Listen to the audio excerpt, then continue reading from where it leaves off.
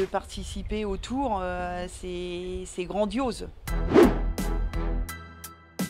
J'ai fait du vélo jusqu'à 30 ans, j'ai participé à 2 Tours de France et c'est pour ça qu'après, c'est avec plaisir que je travaille en tant qu'assistante chez Arkea. Si c'est en course, on dispatche la glacière, on met de l'eau, on met des bidons, enfin on met tout ce qu'il faut pour que le coureur, s'il a besoin, il y a tout ce qu'il faut dans ce véhicule. Le directeur sportif nous donne certains points pour aller ravitailler les coureurs. Et souvent, il y a une zone de ravitaillement où là, nous donnons bidons et musettes. On masse chaque soir après la course, minimum 1 heure par coureur. En tant qu'assistant, on a tous fait une formation de masseur. Il y a des moments, le coureur à l'arrivée, il va terminer deuxième, c'est bien et mal.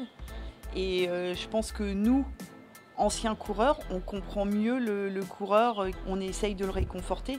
Mais je pense que ça, c'est une qualité. Il faut avoir quand même du caractère. Mais ça se passe bien.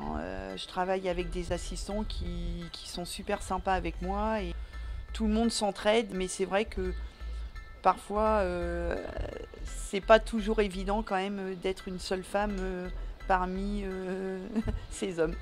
Que ce soit directeur sportif, entraîneur, mécano, assistant, il y a une super ambiance et je pense que ça, c'est super. Pour le cyclisme féminin, c'est vraiment top. Et d'avoir un Tour de France féminin, puisque moi, quand j'ai participé au Tour de France féminin, c'était la grande boucle, mais c'était pas organisé par ASO. Que là, c'est ASO qui organise un Tour de France féminin juste après le Tour de France masculin. Quand j'étais coursière, quand on m'a dit tu vas participer au Tour de France, c'est tout ce qu'on souhaite, de participer au Tour, c'est grandiose.